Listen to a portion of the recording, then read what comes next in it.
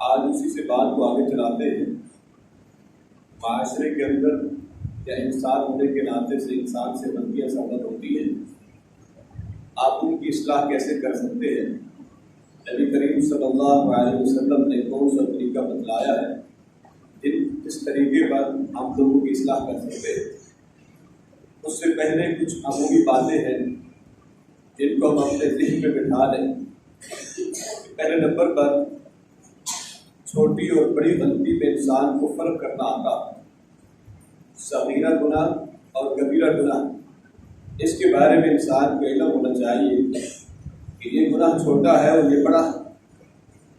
چھوٹے گناہ کی اصلاح کا طریقہ کار اور ہے اور بڑے گناہ کے طریقہ کار اور ہے۔ مثال کے طور پر میں اس کی مثال آپ کے سامنے کیوں رکھتا ہوں؟ اگر گھر میں اولاد ہے اور وہ نماز چھوڑ دے، شاید اب اس غلطی پر اس کو کوئی سزا نہ دے اور کچھ بھی نہ دے، دوسری طرف اس سے کوئی نقصان ہو جاتا ہے، مالی نقصان، کچھ پیسے گم کر کے آ جائے یا کچھ برتن اس سے ٹوٹ جائے، تو ہم فوراً جو ہے اس سے کچھ کریں گے اور فوراً ہو سکتا ہے اس کو سزا بھی دے دیں۔ دونوں غلطیاں دیکھیں، ایک ہے نماز کا چھوڑنا اور دوسری غلطی کیا ہے کہ اس سے مالی نقصان ہو جانا۔ لیکن ہم کیا کرتے ہیں کہ مالی نقصان پر تو ہم ڈانٹ ڈپٹ کر دیں گے، لیکن جو بہت بڑی غلطی ہے نماز کا چھوڑنا، جو کبیرہ گناہ ہے، اس کے بارے میں ہم کچھ نہیں کریں گے۔ اس لیے معاشرے کی اصلاح میں اس چیز کو مد نظر رکھنا چاہیے کہ چھوٹی غلطی اور بڑی غلطی، کہ چھوٹا گناہ اور بڑا گناہ، چھوٹے گناہ کا طریقہ کار کیا ہے اور بڑے گناہ کا طریقہ کار کیا ہے، تب انسان معاشرے کی اصلاح کر سکتا ہے۔ دوسرے نمبر پر اس پوائنٹ کو آپ اپنے ذہن میں بٹھا لیں کہ ایک شخص وہ ہے جو گناہ پر اصرار کرتا ہے، گناہ مسلسل کرتا ہے اور مسلسل وہ گناہ کر رہا ہے۔ ایک وہ شخص ہے جس کا ماضی تو بڑا شاندار گزرا ہے لیکن اس سے کوئی غلطی ہو گئی۔ اب ہم نے ایک تو مسلسل جو گناہ کر رہا ہے اس کے اصلاح کا طریقہ کار کیا ہے، اور جس کا ماضی تو بڑا شاندار گزرا ہے، ماضی کو دیکھ لیا جائے تو غلطی بڑی چھوٹی سی، گناہ اس کے نیکیوں کے مقابلے میں بڑا تھوڑا ہے، لیکن اس کا معاشرے میں اس کا طریقہ کار وہی ہونا چاہیے جو سنت کے مطابق کہ ایک انسان مسلسل گناہ کر رہا ہے، اس کا طریقہ کار اس کو بھی انسان خیال رکھے، اور ایک انسان جس کا ماضی تو بڑا اچھا ہے لیکن اس سے غلطی ہو جاتی ہے، اس کا بھی طریقہ کار وہی ہونا چاہیے جو سنت کے مطابق۔ ایک انسان وہ ہے جس سے غلطی بار بار ہو جاتی ہے لیکن اس کا ٹائم پیریڈ کو بھی دیکھنا چاہیے۔ آپ اپنے بچوں کی اصلاح کرتے ہیں، ایک بچہ وہ ہے جو روزانہ وہی غلطی کر رہا ہے، ایک بچے نے آپ نے اپنے بچے کی اصلاح کی لیکن وہ ہوئی غلطی ایک ہفتے کے بعد دہراتا ہے، ایک ہفتے کے بعد وہ غلطی کرتا ہے، لیکن ہم نے دیکھنا ہے کہ جو مسلسل غلطی کر رہا ہے اس کے اصلاح کا طریقہ کار اور ہے، اور جو ایک ہفتے کے بعد غلطی کرتا ہے اس کا طریقہ کار اور ہے۔ اس لیے انسان کو دیکھنا چاہیے جو بار بار غلطی کر رہا ہو اور جس سے کبھی کبھار غلطی ہو جائے، دونوں میں اصلاح کرنے کا فرق اس انسان کو آنا چاہیے، تب وہ معاشرے کا اصلاح کر سکتا ہے، تب وہ معاشرے کو بہتر بنا سکتا ہے۔ نبی کریم صلی اللہ علیہ وسلم کے صحابی کے بارے میں آتا ہے، ابوبکر رضی اللہ تعالی عنہ کا غلام لیٹ اور دیر سے پہنچتا ہے۔ آپ نے اس سے سوال کیا کہ آپ لیٹ کیوں آئے اور اونٹ کہاں ہے؟ اس نے کہا جی اونٹ تو گم ہو گیا۔ تو آپ رضی اللہ تعالی عنہ نے فرمایا کہ اونٹ بھی آپ سے گم ہو گیا۔ معلوم ہوتا ہے کہ اس غلام سے بار بار غلطی ہوتی رہی، اسی وجہ سے ابوبکر رضی اللہ تعالی عنہ نے ڈانٹ ڈپٹ بھی کی اور اس کو سزا بھی دی۔ وجہ کیا ہے کہ اس نے بار بار غلطی کر رہا ہے۔ بار بار جو انسان غلطی کرتا ہے اس کے اصلاح کا طریقہ کار اور ہے، اور جو انسان جو ہے ایک کبھی کبھار غلطی ہو جائے اس کا طریقہ کار اور ہے۔ یہ معاشرے کے اندر اگر آپ معاشرے کو بہتر کرنا چاہتے ہیں تو غلطیوں کے اصلاح کا طریقہ کار وہی ہونا چاہیے جو نبی کریم صلی اللہ علیہ وسلم نے بیان کیا ہے۔ اسی طرح ایک انسان وہ ہے جو انسان گناہ جو ہے سر عام کرتا ہے، اعلانیہ طور پر گناہ کرتا ہے، اس کا طریقہ کار سمجھانے کا، اس کی اصلاح کرنے کا طریقہ کار اور ہے۔ اور ایک انسان وہ ہے جو چھپ کر گناہ کرتا ہے اور چوری جو ہے وہ چھپ کر کرتا ہے، اس کا طریقہ کار جو ہے اور ہے۔ اس لیے معاشرے کے اندر دیکھنا چاہیے اعلانیہ گناہ کرنے والے کے بارے میں نبی کریم صلی اللہ علیہ وسلم کا فرمان آتا ہے. آپ نے فرمایا کہ اللہ رب العالمین سب کے گناہوں کو معاف کر دے گی سوائے وہ شخص جو اعلانیہ طور پر گناہ کرتا ہے، سرعام گناہ کرتا ہے. سرعام گناہ کرنے کا مطلب یہ ہے کہ اس کو اللہ رب العالمین کا خوف نہیں ہے، اللہ رب العالمین کا ڈر نہیں ہے، وہ بار بار وہی غلطی کر رہا ہے، اس لیے اس کا اصلاح کا طریقہ کار اور ہے. اور جو انسان چھپ کر گناہ کرتا ہے اس کا طریقہ کار اور ہے. آئیے اس کا ایک پوائنٹ اور یہ بھی ہے کہ جب آپ کسی کی اصلاح کر رہے ہو یہ نہ ہو کہ انسان جان بوجھ کر جب مبالغہ کر کے یہ بات ثابت کرے کہ آپ واقعی غلطی کر رہے ہو، آپ واقعی گناہ گار ہو. یہ محسوس کروانے کی ضرورت نہیں ہے. آپ کا کام ہے اصلاح کرنا. آپ اچھے طریقے سے اس کی اصلاح کریں، نہ کہ غلطی ثابت کرنے کی انسان کوشش کرتا رہے اور بار بار یہ کہتا رہے پہلے آپ جو ہے اپنی غلطی مانو پھر میں آپ کی اصلاح کروں گا. یہ طریقہ کار درست نہیں ہے. بلکہ انسان سے اگر غلطی ہو جائے اور اس کو ثابت کروانے کی کوشش نہ کرتا رہے بلکہ اس کی اصلاح کرنی چاہیے. اور ایک اصلاح کا طریقہ کار یہ بھی ہے کہ جب آپ کسی کی اصلاح کر رہے ہو تو آپ کو اپنا مخالف نہ سمجھے کہ انسان جو ہے اس کی اصلاح کر رہا ہے لیکن وہ یہ بات سمجھتا ہے کہ جناب آپ تو میری مخالفت کر رہے ہو. اگر وہ یہ بات ذہن میں بٹھا لیتا ہے آپ اس کی اصلاح نہیں کر سکتے. یہ تو توحید کے اندر چند ایک پوائنٹس تھے جو میں نے آپ کے سامنے رکھے ہیں کہ عموماً یہ غلطیوں کی اقسام آپ کہہ لیں کیا غلطیوں کی قسمیں ہیں جو لوگ جو ہے معاشرے کے اندر پائی جاتی ہے.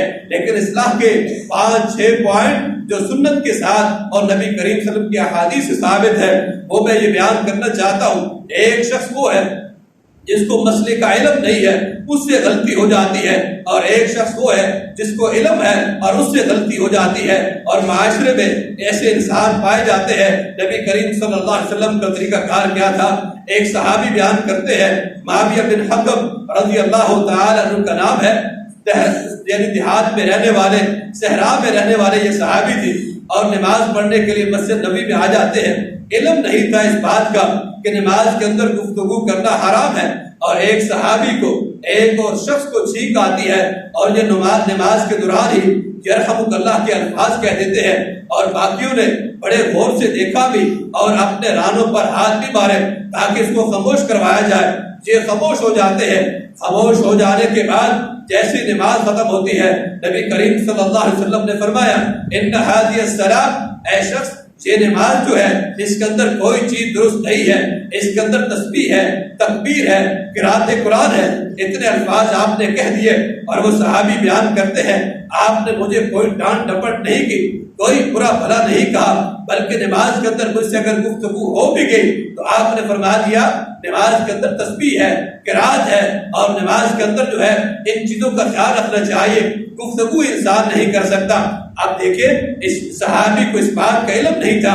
جس کو علم نہ ہو اس کے اصلاح کا طریقہ کار اور ہے.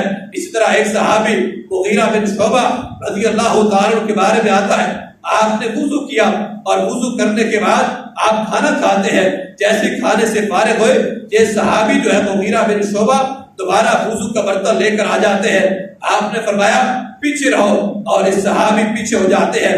لیکن صحابی کے دل میں یہ بات آئی شاید اللہ کے رسول صلی اللہ علیہ وسلم مجھ سے ناراض ہے، اس وجہ سے انہوں نے کہہ دیا کہ پیچھے ہو جائیے اور پیچھے ہو جاتے ہیں. اور کسی صحابی کو پیغام بھیجا کہ اللہ کے رسول صلی اللہ علیہ وسلم سے پوچھئے کہ آپ ناراض تو نہیں ہیں؟ تو آپ نے فرمایا ناراضگی کی کوئی بات نہیں ہے کہ اگر میں وضو کر لیتا تو میری امت جو ہے میری اتباع کرتی اور ہر کھانے کے بعد جو ہے وضو کو لازم قرار دیتے. اس وجہ سے میں نے ذرا سختی سے کہہ دیا پیچھے رہو. یعنی معلوم ہوتا ہے پہلی جو بات تھی اس کا اصلاح کا طریقہ نبی کریم صلی اللہ علیہ وسلم کا کیا تھا، اور دوسرا جب مغیرہ بن شعبہ کی باری آئی تو غلطی کا طریقہ کار جو تھا اور اس کی اصلاح کا طریقہ کار نبی کریم صلی اللہ علیہ وسلم نے کس طریقے سے اس غلطی کی اصلاح کی کہ پوری امت کا مسئلہ تھا. اس لیے ذرا سختی سے کہہ دیا کہ وضو کا پانی نہیں لانا چاہیے تھا. کہیں ایسا نہ ہو کہ میں وضو کر لیتا اور میری امت مشقت برداشت کرتی، کھانے کے بعد جو ہے وضو کو لازم قرار دیتی. اس لیے کسی کو بات علم نہ ہو اس کی غلطی کا طریقہ کار اور ہے، اگر علم ہے اس کا طریقہ کار اور ہے. اور ہمارے معاشرے کے اندر مسجد کی بات آتی ہے، اس میں انسان اگر کسی کا موبائل بجنا شروع ہو جائے تو ہمیں اس کے طریقہ کار کیا ہوتا ہے، ہم بھی نماز کے بعد سارے اس کی طرف توجہ سے دیکھیں گے کہ کس کی بیل بجی ہے اور وہ کون سا شخص ہے۔ یہ کوئی طریقہ کار نہیں ہے۔ نبی کریم صلی اللہ علیہ وسلم نے اگر لاعلمی میں کسی کا موبائل رہ جاتا ہے، وہ انسان جو ہے اس کو بند آف نہیں کر سکا، لیکن ہمارا طریقہ کار کیا ہے، ہماری اس کی طرف توجہ نہیں جانی چاہیے کہ وہ خود اس بات کو محسوس کر لے گا کہ جناب مجھ سے غلطی ہو گئی، آئندہ نماز کے دوران جو ہے میرا موبائل آف ہونا چاہیے۔ یہ ایک ہر عام فام سی بات ہے، دیکھنے سے یہ معاملات حل نہیں ہوتے، لیکن ہم اس کی غلطی کو باور کروانا چاہتے ہیں۔ آپ سے غلطی بھی ہوئی، پھر دیکھنا چاہتے ہیں کہ وہ شخص کون سا ہے۔ یہ طریقہ کار درست نہیں ہے۔ معاشرے کے اندر اصلاح کرنا چاہتے ہو تو نبی کریم صلی اللہ علیہ وسلم کا طریقہ اختیار کرنا چاہیے۔ اسی طرح دوسرا پوائنٹ یہ ہے کہ ایک انسان جو ہے اجتہاد کے طور پر اجتہادی غلطی کر لیتا ہے، اس کی اصلاح کا طریقہ کار کیا ہے۔ ایک جان بوجھ کر انسان غلطی کرتا ہے، نبی کریم صلی اللہ علیہ وسلم کا اس کے بارے میں فرمان آتا ہے، اذا حکم الحاکم، ایک قاضی جو ہے، ایک جج جو ہے، وہ فیصلہ کرتا ہے، فاجتہد، اجتہاد کرتا ہے، یعنی نصوص کو اور جو قرآن کی آیات ہے، سنت کو سامنے رکھ کر ایک فیصلہ کرتا ہے۔ اب بعض دفعہ جج جو ہے اس کے سامنے ایسا پیچیدگی کے ساتھ مسئلہ آ جاتا ہے، یہ اہل علم شخص ہے، ایسا پیچیدگی والا مسئلہ آ جاتا ہے، دونوں دلائل دیکھتا ہے اور ایک طرف جو ہے وہ اپنا فیصلہ لکھتا ہے۔ دو قاضی کے سامنے دو آدمی آ جاتے ہیں، اب اتنا پیچیدگی والا مسئلہ ہے کہ وہ جان نہیں سکا کون سا آدمی حق پر ہے اور کون سا آدمی جو ہے جھوٹا ہے۔ اب فیصلہ یہ ہو جاتا ہے، جو آدمی حق پر تھا اس کے ذمن میں فیصلہ چلا جاتا ہے۔ اب فرمایا فَأَصَابَ لَهُ أَجْرَانِ، اس شخص کے لیے دو اجر ہے، ایک تو اجتہاد کیا، بڑی باریک بینی کے ساتھ اس نے فیصلے کو دیکھا اور اس کے بعد فیصلہ کیا، کہا اس کے لیے دگنا اجر ہے۔ اور ایک شخص قاضی تو تھا، اہل علم تو تھا، جاننے والا تھا، لیکن مسئلہ اتنا پیچیدگی والا تھا، انسان تھا، اس سے خطا ہو گئی، غلطی ہو گئی اور فیصلہ دوسرے کے حق پہ کر بیٹھے۔ آپ نے فرمایا اس کے لیے ایک اجر ہے، کیونکہ وہ آدمی اجتہاد والا تھا، اپنی بڑی باریک بینے اور انصاف کے ساتھ اس نے فیصلہ کیا، اگرچہ اسے غلطی بھی ہو گئی پھر بھی فرمایا اس کے لیے جو ہے ایک اجر ہے۔ اس لیے انسان کو چاہیے کہ جو شخص اجتہاد والا ہے اس سے غلطی ہو جائے تو اس کے لیے ایک اجر جو ہے اللہ کے رسول صلی اللہ علیہ وسلم نے رکھا ہے۔ اس حدیث کو سامنے رکھیے۔ اس طرح ایک اور واقعہ آتا ہے اجتہاد کے بارے میں، نبی کریم صلی اللہ علیہ وسلم کے ایک صحابی، ان کے بارے میں کہا جاتا ہے کہ سفر کے دوران جو ہے ان پر پتھر لگتا ہے اور وہ زخمی ہو جاتے ہیں، رات گزارتے ہیں، غسل فرض ہو جاتا ہے، واجب ہو جاتا ہے۔ اب صبح انہوں نے باقی صحابہ سے پوچھا کیا تیمم کر لوں یا مجھ پر غسل فرض ہے اور میں پانی کے ساتھ کروں؟ انہوں نے کہا نہیں، پانی موجود ہے، آپ کو پانی کے ساتھ غسل کرنا چاہیے۔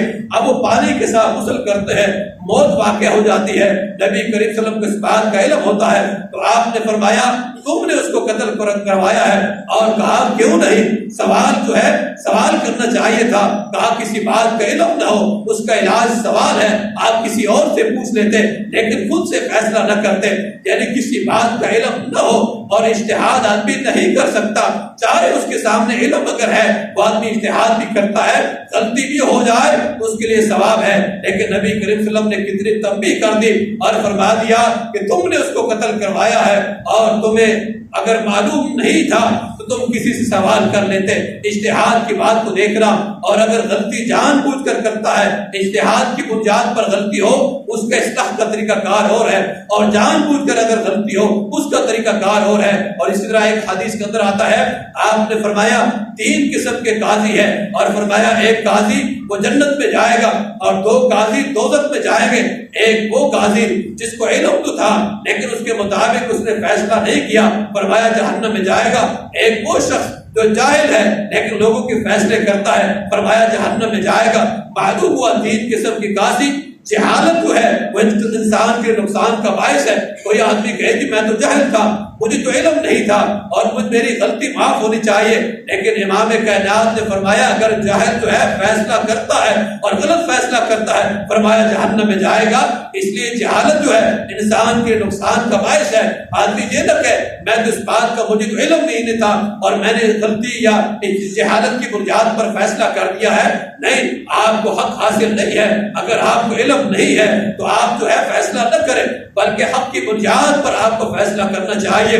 اس لیے آج ہمارے معاشرے کے اندر یہ بات پائی جاتی ہے کہ ہم ایسے لوگوں کو فیصل مان لیتے ہیں جن کو اس بات کا علم ہی نہیں ہوتا، اور وہ جس طرح چاہے فیصلہ سنا دیتے ہیں، اور فرمایا ایسا قاضی جو ہے جہنم میں جائے گا جان بوجھ کر غلطی کرنے والا، اور وہ شخص جو ہے جو اجتہاد کی بنیاد پر غلطی کرتا ہے۔ دونوں کا اصلاح کا طریقہ نبی کریم صلی اللہ علیہ وسلم نے بیان کر دیا ہے۔ اور تیسرا پوائنٹ یہ ہے کہ ایک شخص وہ ہے جو خیر خواہی کر رہا ہے، لیکن حالانکہ وہ اس کی خیر خواہی جو ہے درست نہیں ہے، اپنے آپ کو صحیح سمجھ رہا ہے، اپنے آپ کو درست سمجھ رہا ہے، لیکن وہ درست راستے پر نہیں ہے، اس کی بھی اصلاح کرنی چاہیے، اس کو بھی تنبیہ کرنی چاہیے۔ جس طرح حدیث کے اندر آتا ہے، نبی کریم صلی اللہ علیہ وسلم کے صحابی جو ہے بیان کرتے ہیں، عبداللہ بن مسعود رضی اللہ تعالیٰ عنہ سے کہا کہ مسجد کے اندر حلقے بن چکے ہیں، لوگ دائرے کے اندر بیٹھے ہیں اور سبحان اللہ کا ذکر کیا جا رہا ہے، ان کو 100 کرسیاں دی جاتی ہے، اور کہا سبحان اللہ اونچی آواز میں کہو، وہ سبحان اللہ اونچی آواز میں کہتے ہیں۔ اسی طرح الحمدللہ ذکر و اذکار کے یہ محافل جو ہے، مجالس جو ہے وہ لگی ہوئی ہے، اور عبداللہ بن مسعود رضی اللہ تعالی عنہ کو اس بات کا علم ہوا، مسجد میں چلے جاتے ہیں، اور مسجد میں جا کر کہا تم نیکیوں کے بجائے تم گناہ کما رہے ہو۔ ابھی تو نبی کریم صلی اللہ علیہ وسلم کے صحابہ موجود ہیں، آپ کے برتن نہیں ٹوٹے، اور آپ کے جو ہے کفن مسیدہ نہیں ہوا، اور اس کے بعد ہی آپ نے یہ کام شروع کر دیا، کہا گناہ کما رہے ہو۔ حالانکہ وہ اپنے آپ کو اچھا سمجھ رہے تھے، خیر خواہی پر سمجھ رہے تھے، لیکن اس صحابی رسول نے ان کی اصلاح کر دی، کہا کہ یہ دین میں نیا کام ہے، امام کائنات کے دور میں یہ کام نہیں تھا۔ حالانکہ سبحان اللہ الحمدللہ اللہ اکبر ان کی بڑی فضیلت ہے، لیکن جو کام سنت کے مطابق نہ ہو، عبداللہ بن مسعود رضی اللہ تعالی عنہ نے ان کے ٹوک بھی دیا اور کہا امام کائنات نے یہ حدیث بیان کی ہے کہ ایک وقت آئے گا لوگ قرآن کی تلاوت کریں گے، لیکن وہ قرآن کی تلاوت ان کے حلق سے نیچے نہیں جائے گی۔ کہا کہ تم وہی لوگ ہو ذکر و اذکار کرنے کے باوجود بھی تمہارا یہ ذکر جو ہے تمہارے حلق سے نیچے نہیں جائے گا۔ اس لیے معلوم ہوا اگر انسان سنت کے خلاف کام کرتا ہے، اگرچہ اچھائی کیوں نہ ہو، وہ انسان جو ہے اس کو روحانی طور پر کوئی فائدہ نہیں پہنچا سکتا۔ اس پوائنٹ کو بھی ذہن نشین کر لیں کہ اس شخص کی بھی اصلاح کرنی چاہیے جو اپنے آپ کو درست سمجھ رہا ہے۔ اور چوتھا پوائنٹ یہ ہے کہ انسان کو عدل و انصاف کا دامن جو ہے تھامنا چاہیے۔ یہ نہ ہو کہ انسان اپنے لوگ ہو ان کے بارے میں کوئی اور طریقہ کار ہو، اور دوسرے ہوں ان کے بارے میں کوئی اور طریقہ کار ہو۔ نبی کریم صلی اللہ علیہ وسلم کے بارے میں آتا ہے ایک عورت نے چوری کر دی، اور اسامہ بن زید رضی اللہ تعالی عنہ کو کہا گیا کہ آپ نے جو ہے سفارش کرنی ہے کہ اس کا ہاتھ نہیں کٹنا چاہیے، اور وہ چلے جاتے ہیں، سفارش کر بیٹھتے ہیں۔ نبی کریم صلی اللہ علیہ وسلم کا چہرہ جو ہے سرخ ہو جاتا ہے، اور آپ نے فرمایا انما کا الذین من قبلکم، کہا کہ تم سے پہلے جو ہے امت اس وجہ سے ہلاک کر دی گئی۔ کہا کہ ان میں سے جب کوئی بڑا آدمی چوری کرتا اس کو چھوڑ دیا جاتا، اور جب غریب کوئی چوری کرتا اور اس پر حد نافذ ہو جاتی۔